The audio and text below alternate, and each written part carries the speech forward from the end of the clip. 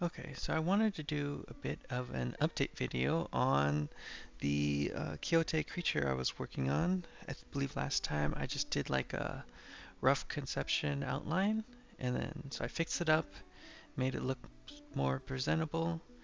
I found this placeholder art online. I have a couple other concepts around for different creatures and also for the Kyotte, but one day I'll be able to get art and that'd be cool. But either way, so we have the header in the orange. I like that. I'm not sure about this background. I would like it to be like an old-timey, like an old scroll. But black text for now, standard. This yellow, it looked good. Previously I had like black text. If I go here, I have like or black background, or I guess gray. So the yellow looked good, but here it doesn't look so good. So I'm not too sure there. I might have to change that. But regardless, let's get started, right? So Kyotte is a small devious creature that covets what others desire. It can go from a threat level 1 to a 3. It's a type beast. Actually, this changed just recently. Uh, gosh, I think it might be a type of chimera. It's a pack creature, so it has 3d8, and then the average is 14. So you can either roll or just choose the average. It has a speed of 2 zones per round. So for the morale, the GM, one of these things would happen, and then the GM would roll a 1d12, and on a 4 or higher, it would run away. So if you have a lot of Kyotte, then you'd have to do this multiple times. Maybe you only could do this like once per round, and then the player would roll, or the GM would roll how many run away. Probably based off of this 1d12 result, but I'd have to think about it just a little bit more. But regardless, if the player encounters these Kyotes and they know that they are a beast type, gosh, I'm gonna leave it how it is for now. I have to think about it. But regardless, if they have an aversion to flame, so if the player has either like a fire spell or a fire item or is around a campfire or something like that, they can use that to their advantage and cause a morale check. If they hit the creature, they wound the creature's head, they can force a morale check. And if they mortally wound the creatures, that means if they do half damage to the creature, similar to 4E's bloodied condition. Note, large groups would be less likely to flee, so for like pack tactics, there'll be probably a page on that towards the front of the creature compendium, the monster compendium, that tells you about, goes into more depth about pack tactics. So for the materia, these are the items the creature can drop. So, either at the end of the fight, the player will roll a 1d6 to acquire an item which holds an aspect of the creature. And then, for example, they have the tail has the confound trait, and it's tied to the abilities. So we'll get to that in a little bit later. On a result of 1, so they rolled a 1d6 to get a 1.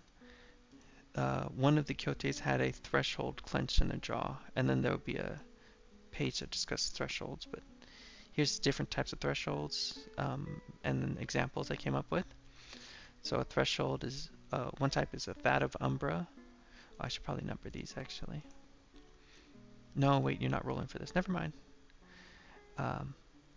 So the Kyote is carrying another creature's shadow. That of Fey for a different kind of threshold. And the Kyote is carrying a leaf hat or an old Fey's walking stick. That of Gnome. Gnome door shaped like a very smooth flat rock or a root from a deep place. That of Jin. A pepper berry. Or possibly a critter from the region. So a bog frog or snake tail. And then over here we have the poetic text, so just like a little bit of lore about the creature. But this poetic text within the game also serves as soft mechanics. So here's on the abilities here written in this font. What is it? Baskerville. This and with the bulletins, these are the hard mechanic aspects of the creature, and then versus this is like the soft mechanics. So the GM can flex outside of the hard mechanics by using the what's written here and what's written here. So Kyottes are playful little buggers. There always seems to be a glee in their step, as they tend to perform small tricks on their kin and any unfortunate critter as they traverse their territory. Thus, very rarely is one caught by surprise by a pack of Kyotte. So that kind of gives you, the GM, a sense of how they act and how the players may encounter them. The beasts have learned to trade for items, yet determine an item's value by how much someone desires it. Thus, most exchanges end with a scuffle. And so this tells you something interesting. If somehow a player finds that a Kyotte has an item that they may want, if they could figure out how to get it from the Kyotte through exchange, that would be interesting. So not all encounters with Kyotte is combat, and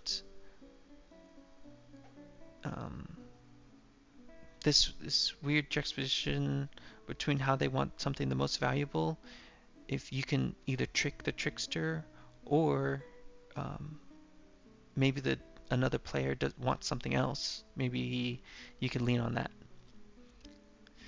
And then finally, how they come to know what one craves is a mystery. So by having something be a mystery, I'd leave it open to the GM. Maybe they are just very perceptive. Maybe they have a magical ability. It could be pure happenstance, like the GM could just roll a dice and see which item the Kyotte wants or values more.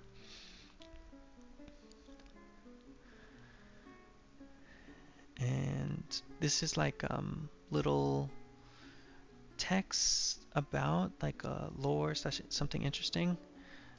So I tied the Kyotte coats are known to keep wanderers' hands and paws at bay. So I tied it in with the materials here, so you get an aspect of the creature. So if you make a coat from Kyotte pelt, and you have an aspect tied to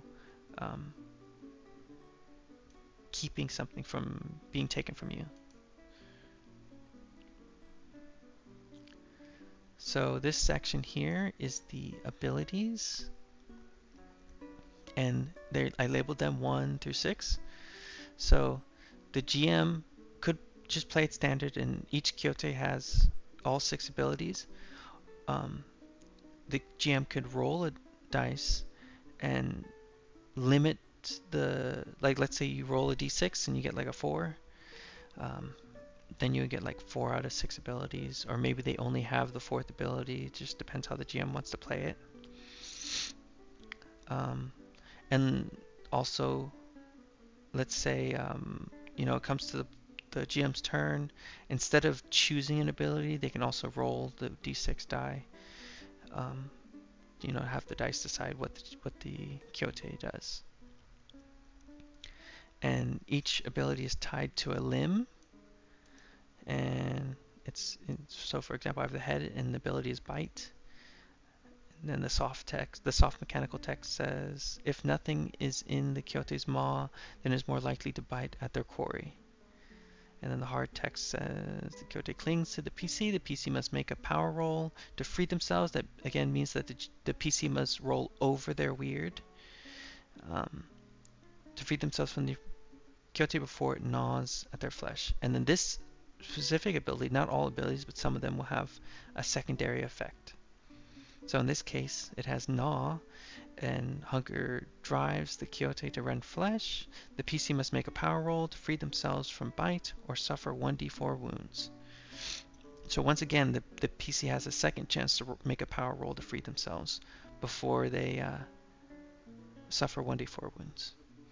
And then I color coded the different dice, different colors. So for example, to make it easier, while you're reading, you're like, oh, what do I need for the material? Roll 1d6. And you could tell by the color and by the, actually, maybe I should make a bold too. And by the,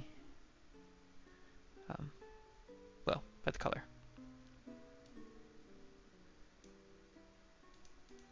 Yeah, I think that sticks out a little bit more, and that's a little bit better. Is this one bold? Yeah. Oh, and then yellow means like import. So if you just want to focus on like important things, so I have this one ability. What does the PC have to do? It's coded in yellow. Make a power roll. It sticks out a little bit more.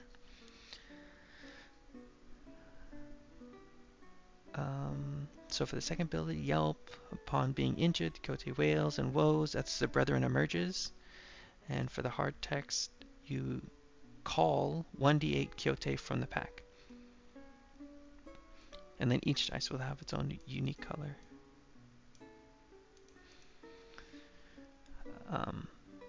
And you see, even though it has 2 head abilities, that would mean you'd need to like break the head twice to stop both of these abilities. Or wound the head, rather. And torso play dead. Upon being struck, the Kyottes are known to lie down unmoving, yet if one approaches, they will pounce and strike. And this can almost be done, or this can be done reflexively. So upon being wounded, they can feign death. So you have to be careful with each strike. And then certain monsters, like stronger monsters, they'll have like multi-effects or multiple reactions that they that occur whenever they're struck. So it's almost like they have 2 or 3 actions per turn. And then a tip for the GM is waiting after a few attacks before playing dead can be, effective for letting the PC think that the creature is dead. Number 4, hands. Or I guess in this case, excuse me, their paws. Clasping paws is the ability. The Kyotte will grab onto an item with their teeth and paws. The PC must make a power roll or lose the item. Maybe I should say lose an item. So the PC's has a inventory slot for their sheet, and the GM will just choose an item and roll and see if they can take it. And then note the Kyotte can only have 1 item in its mouth at a time. So even though you can get bombarded by Kyottes, and this effect can be devastating, it also is quite limited. For their 5th ability, they have dash, and that's tied to their legs. And Kyottes are known for being nimble and quick. I think I might change to that to give the GM a little bit more poetic text to use as a soft mechanic if they want to. But upon winning the initiative, move to a different zone, and that almost keeps them out of danger. And so, for example, if they win initiative, dash, or bite something, win initiative, dash, something like that, they can like take an item and run off. And then finally, tail, confound. Their tail arrives in such a way that makes it hard to strike true. The PC must make a precise roll or their next attack to hit. And then precise rolls, once again, is when the PC rolls under their weird. And then if the PC fails to roll, then the Kyotte can dash. So this is interesting because these are 2 separate abilities, but they tie together. So disabling one also in a way hinders the other ability.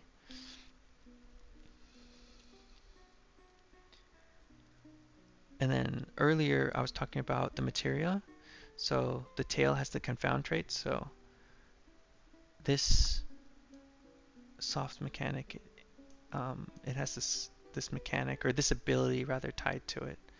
Same thing with whatever else you grab from the Kyotte. Like if you grab the pelt, maybe you get like the torso. So you get like this play dead trait.